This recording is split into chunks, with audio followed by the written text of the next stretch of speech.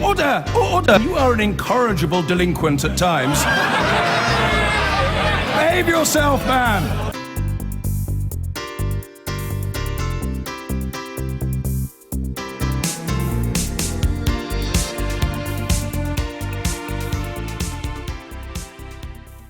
Hello, good evening. Well, up until now, the Prime Minister has resisted firing the starting gun on the European referendum campaign. But maybe he was feeling frustrated, or maybe he just needed a decent speech to deliver on a trip to Iceland. Whatever motivated him, he waded into the fledgling argument by raising what is a most important question. We know, or will know, what it means to be in the EU, but what does out mean? It sounds so simple, but we'll do our best to disabuse you of any thought of that kind this evening. We're going to look at some different out scenarios. Now, the Prime Minister, as I say, is in Iceland, which is not in the EU, but just to confuse us, he talked about Norway, a country you might have thought was in the EU, but is also a non-member. The PM said he didn't think the Norwegian model would be right for us. Well, the BBC's political editor, Laura Kunsberg, formerly one of our own, is over in Reykjavik, where the Prime Minister is.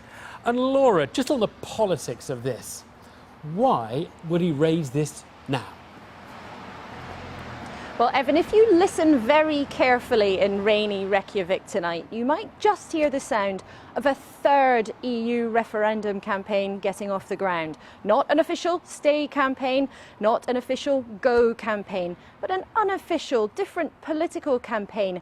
The man in charge, one David Cameron. His campaign, more complicated, more nuanced. He wants to stay if he gets a better deal, but if not, then pack up and leave. But he's putting this message forward now because although Downing Street deny there's any panic, there's certainly been a sense that the momentum has been with those who would like the UK to exit the EU. Downing Street thinks it's time to push back and try to expose some of the problems with the suggestions that they're putting forward. That's why he's using this visit to make this case. And that's why he seized on this particular example, the Norway model, the one he claims would not be right for us. Yeah, well, I mean, Laura, never has so much attention been showered on Norway or Iceland, or other small European nations, as they're getting today. But just take us very briefly through the substance of his argument. This is all about control. Norway and Iceland both have a looser friendship with the EU. They trade with the EU, they're part of the area, but they can do business with whomever they like. But they have to pay for the privilege, and they're still bound by many of the rules and regulations that are decided in Brussels. Now, if you listen to the Norwegians talk about that... Oh, I think we've lost the line to Laura. We're going to hear from the Norwegians about that just a few minutes, though. Sorry about that. Well, we thought it might be useful to drill down into more detail of the different kinds of non-EU membership that are out there. As we do, remember that we'll have to decide what freedoms we want and what obligations we're happy with, but the rest of the EU will have to decide what relationship they want with us as well. Let's hear from our political editor, Allegra Stratton, about some of the models that are often cited. The Northern Lights, you can't see them from any old spot. You have to go north to see them clearly. And so too, the Prime Minister suggested today, Britain's future relations with the European Union. From the vantage point of Iceland, David Cameron warned he could also see clearly what Britain's future would look like. Some people have said the Norway option is available to Britain, and I think it's just worth understanding what that means. Norway pays as much per head into the European Union as we do. When it comes to migration, they actually have many more people coming to live and work in Norway than we do, and yet while they pay, they don't get a say. Is he right? Yes, Norway is often held up by Eurosceptics as a prosperous, successful state operating with, but not inside the EU. Like Liechtenstein and Iceland, they're members of the European Economic Area. It allows the free movement of persons, goods, services and capital within the internal market of the EU. Except it's true. By signing up, Norway does have to adopt much of the legislation and regulation of the EU, but with less scope to influence that legislation. In the last few days, Eurosceptics have distanced themselves from Norway. So what about Switzerland? The Swiss are not even in the European Economic Area, but instead they have a series of bilateral agreements with the EU, and as members of the European Free Trade Area, they get favourable trading relations. Boris Johnson has suggested we could join with the Swiss and make Britserland a new outer tier of the European Union, free trade with the euro area, but the right to help set the terms of that trade. Critics say the Swiss model only allows access to part of the single market. It would exclude our huge financial services sector and, perhaps surprisingly, Switzerland still pays into the EU budget, though less than full membership. There are so many different options and all of them are worse than what we currently have. We have the best of all worlds. We get to trade with the world's largest market. We get to sit around the table and we have a say. All of these other options would leave us worse off. We'd still pay and we'd have no say over the rules that we'd still have to implement. Really? Aren't there other options? Look east to Turkey, an outsider to the EU, but that has struck free trade agreements, effectively giving them access to the single market. But yes, you've guessed it, there's small print here too. This agreement only applies to goods and would force the UK to follow EU trade policies. One last option, preferred by some of the better-off outers. It's none of the above, that one day we could become a kind of Singapore, a trade deal with the EU without EU red tape. Pro-Europeans think this weakens our clout in global trade negotiations. So, which country is the guiding light for those who want Britain out of the EU entirely? I don't think we look much like Norway. Our population is 60-odd million, theirs is 5. Their landscape's different, their business models are different, they have oil and gas revenues, which are a key part of their economy. I think comparing one country to another is really irrelevant in this position. What I want to see is a renegotiation that works for us in the UK. A new Tory MP there disagreeing with her leader's warning issued from Iceland, a sign of the frank disagreements already dividing the Tory party. The Out campaign think that today David Cameron has blundered. By rubbishing Norway, they think he's placed himself firmly on the inside of the referendum, regardless of what he gets back from the European Union. So, why has he done what he's done? Well, pollsters will tell you that one of the arguments that persuades voters to stay in the European Union is exactly the idea of Norway, that we would still be subject to the same regulations. That is the strategy behind the Prime Minister's comments today. Lots of examples for how Britain could function outside the EU. Northern Lights, yes, but beacons elsewhere too. The Out campaign right now insists we'll be in a category of our own. Over time, nervous voters may need a bit more detail. Allegra Stratton there. Well, let's focus on Norway. The people of Norway are overwhelmingly keen not to be in the EU. The political elite in Norway, well, they are a bit keener on entry, but it isn't going to happen. A little earlier, I spoke to Vidar Helgesen. He's the Norwegian Europe Minister. So what does he make of David Cameron's comparison today? I don't think he was pointing to Norway as such, but to the Norwegian model of being affiliated with the European Union. And it's serving Norway economically well, because being a part of the single market is very important to us, to our businesses, to our jobs, to our economy. But it's also a system that has its dilemmas, because we are importing EU legislation. Over 20 years, more than 10,000 EU laws have been imported directly into Norwegian law, because that's necessary for us to be part of the single market. But we don't sit at the EU decision-making table, so our influence is very limited. Is your influence limited, incidentally? I mean, you must have an ambassador in Brussels who argues the Norwegian case, right? Or...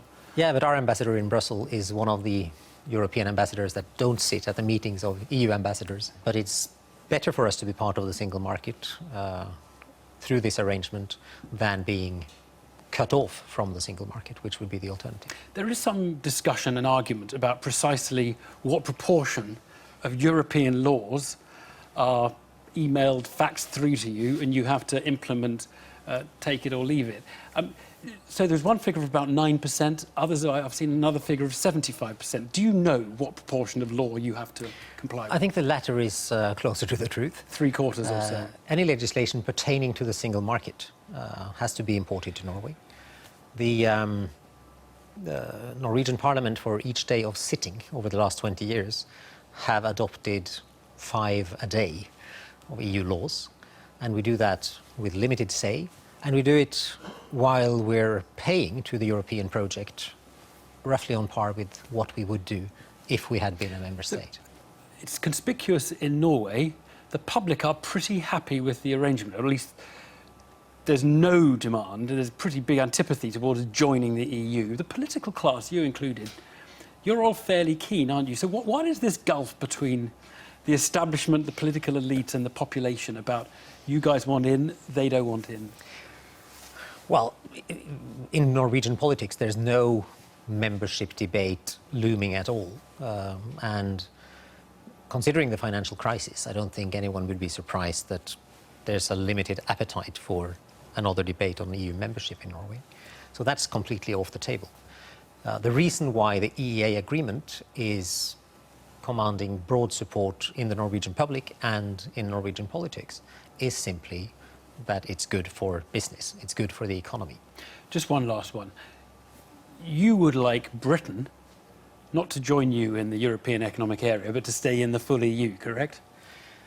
Since the rules are made in Brussels, in the EU, and we import them, it's important for us that the rules are sensible. And we believe that Britain at the table produces more sensible EU rules than if Britain were on the outside. So that's why it's in Norway's interest that Britain remains at the table. Vidar Helgesen, thanks very much. Pleasure. The Norwegian Europe Minister there. But as we heard earlier in the show, it's not just Norway that people cite as versions of what it might look like to be out of the EU. We're going to do a little Eurovision-style visit to two other places, Singapore and Switzerland. On the line from Singapore, David Kuo, who runs an investment advice service there. And for the Swiss point of view is Dr. Anne van Aken, a German citizen who's a professor of European law at St. Gallen University in Switzerland. And Anne, I'm going to start with you. I mean, you're in Switzerland. Switzerland is a very affluent place. By your observation, does the Swiss relationship with the EU work? Is it a model?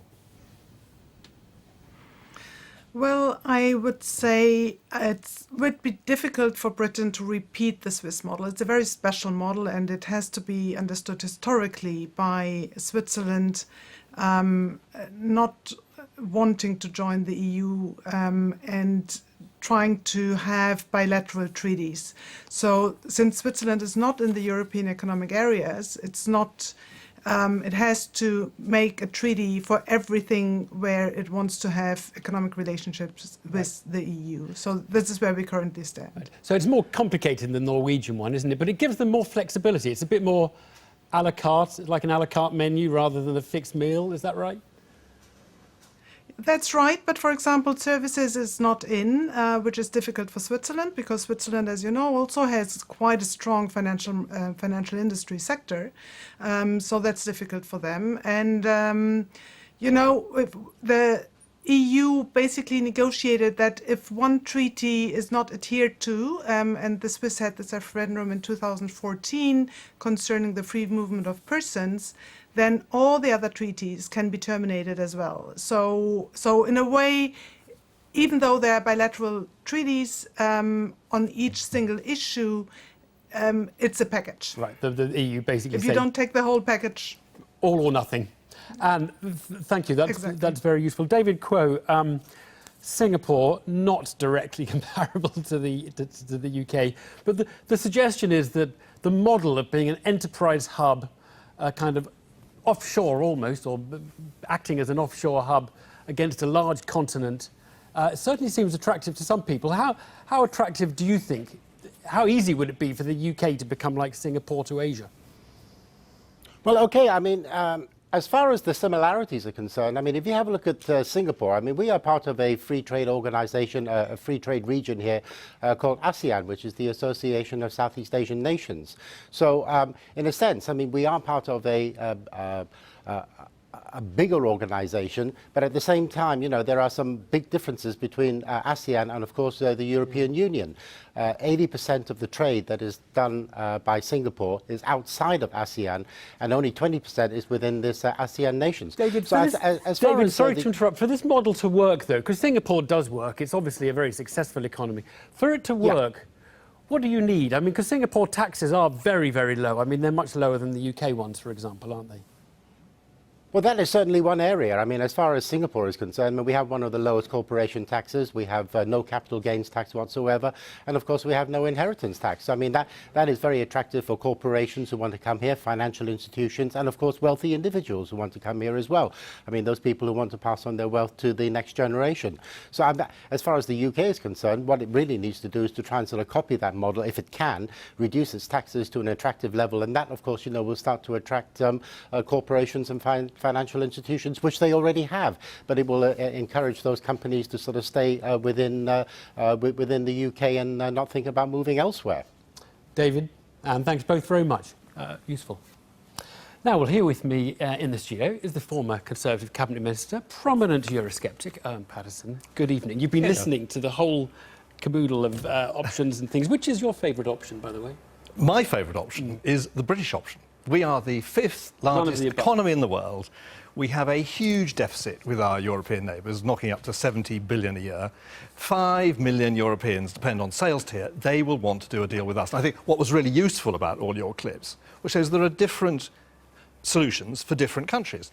But I thought what was really interesting, none of them missed, well, they all missed actually, the key movement, which is towards global regulation and global government. What you missed out is that we want to get our seat back on those global bodies. Can the Prime Minister actually set out 5 questions which he thought were quite important today, and I wonder if we can just go through some of them very quickly, because they are useful. Would the UK still be obliged to follow EU rules on free movement of people? In your view, if we're out, would free movement apply? Well, that depends what our final end solution is. I know, but I'm asking you what your preferred solution would be. You're going to have to explain this. Well, for starters, people, don't forget, the Treaty of Rome was free movement of labour, and the Treaty of Lisbon moves to free movement of people. But what I would like to see is our laws made in our own parliament, so we get back control of our immigration policy. Right. So not free movement. Not like Norway. That's to be negotiated. That's to be negotiated. Would the UK still be forced to pay an EU subscription fee like Switzerland and a bit more in Norway? Well, again, it depends what the end solution is. And I don't know where these figures have come from. All the figures I've seen, Norway pays about half. Right. Well, it was the Norwegian Europe minister who told us it's about the same. I mean, I don't know. The figures I've seen shows about half. Right. But you would expect the UK to or not? Well, it all depends what the end solution is. I want to get back to the global level. I want Britain to take a full seat on the WTO. You had an interesting clip with Allegra of some fish.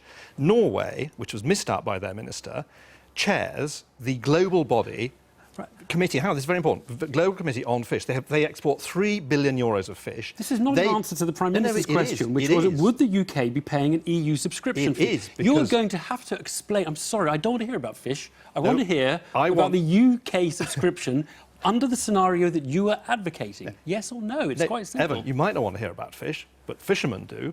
And we want to get our seat back. When I ask about fish, we'll talk about fish. We've talked to you about fish before, and Norway. I can actually remember sitting over there doing it. Now, and you interrupted me last time, like you're interrupting now. But now, I won't interrupt if you'll answer the question about the EU subscription. Will we pay one or not on your anticipated I want to move to a global system where we have full representation as a full nation on global bodies. At the moment, we are represented by a 28th of a commissioner, which is highly unsatisfactory as we move to global regulation. The EU is retreating as a law creator. It's the global bodies that are moving. So you've got to think out of your EU box. Right. Is that an answer to the question, would the UK still be paying subscriptions to the EU? It depends. Have you answered the question? No. Okay, right. Well, let's move on. The public will read Evan, hang on. Evan, you are presuming we will be in an EU. The EU is going to leave us. I'm asking you to explain a scenario, and you're failing to tell me whether we would be paying a subscription. I was thinking your answer is no, but I don't... Because you are assuming we will be in something called the EU. The EU is leaving us. They're going to form... It won't be like Norway, it won't be like Switzerland. We won't pay a subscription. No, we will be outside getting our seat back at the global level. That's the key thing. Would we be in a trade deal with the EU, and would we be in the trade deals that the EU's negotiated with other nations? Yes, there's another. Well, yes. I mean, I've said that already. We have this huge trade deficit with them. We want to trade with them. We will inevitably come up with a satisfactory trade. It's in everybody's interest. Now, the most pertinent question, and one that's really quite difficult, is what if they set terms which you don't like for us to have access to their market? Because the Prime Minister says 31 other governments and parliaments will they all agree to the UK's new relationship? Because the official procedure is they go into a locked room, they decide the treaty that will determine our relationship with them, and they hand it to us, and we take it or leave it. But we're getting outvoted now. We've been beaten in the Council 55 times in the last few years. We have a rotten deal at the moment. We are constantly being outvoted. I was outvoted myself when I was the DEFRA secretary. So you'll just take the deal they offer us? What did they say, as they may? I'm saying we have a thoroughly unsatisfactory deal now, which costs us a fortune, where we have laws and regulations imposed upon us, where we do not have our full seat on the global bodies, which Understood. I'm repeating I know, which I've I'm got very that. keen on.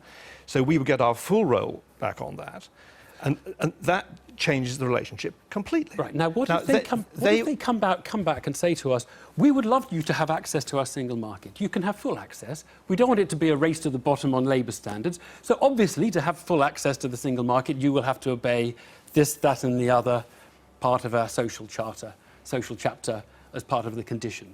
Do we say yes or no to that?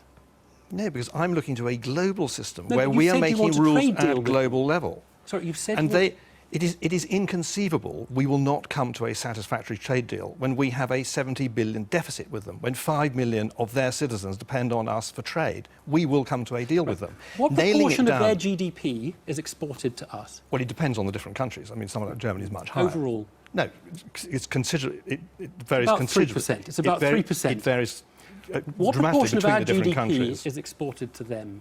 Well, the key factor of the last few months is each of the last 12 months, our sales outside the EU to the rest of the world have increased faster than the EU this sales. is interesting. But this is still important, that we have a satisfactory trade deal with them, but we get our role back on the world bodies and re-galvanise the Anglosphere with the States and Canada and working with the Commonwealth, because it's the breakdown in the movement to world free trade which is causing so many problems around the world.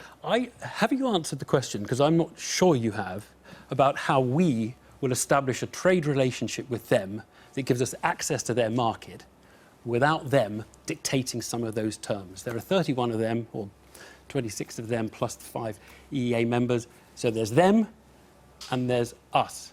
And they have a huge selfish and strategic interest in coming to a satisfactory deal with us. Now, you have said, or people on your side of the argument have said, we can't possibly think about a treaty change option under David Cameron and a renegotiation without it being signed in blood and ratified before we have to vote on it.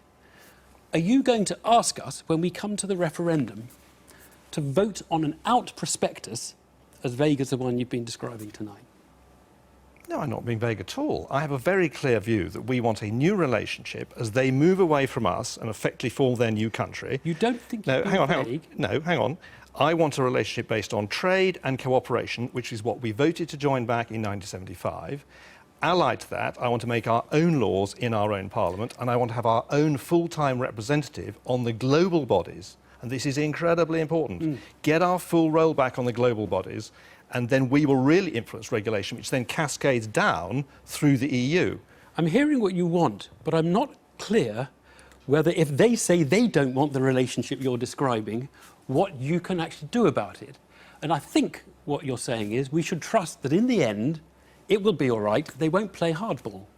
But you've seen divorces which have ended with irrationally hardball playing characters doing stuff that may not be in the interests of both parties. They have a huge interest. Right. Have you seen a divorce case where somebody's acted against their own interests in order to hurt the other one? Well, it's a different sort of divorce when you have a massive deficit going one way and you have 5 million people dependent on jobs, and something like the car industry, which is completely integrated across borders. There are huge vested interests in Europe that will want trade and cooperation to carry on. And we can do that, allowing them to move into a political relationship which we can never follow. We're never going to be in the euro, we're never going to be in Schengen. They will effectively form their new country, as they've announced in various reports. And that gives us this opportunity, because we will have the whip hand, because in order to get that through, they will have to have a treaty change, and we have a whip hand to ensure that we have a totally new relationship with our neighbours based on trade, cooperation, and making our own laws in our own parliament. Owen Paterson, thanks very much indeed. Thanks. I've been getting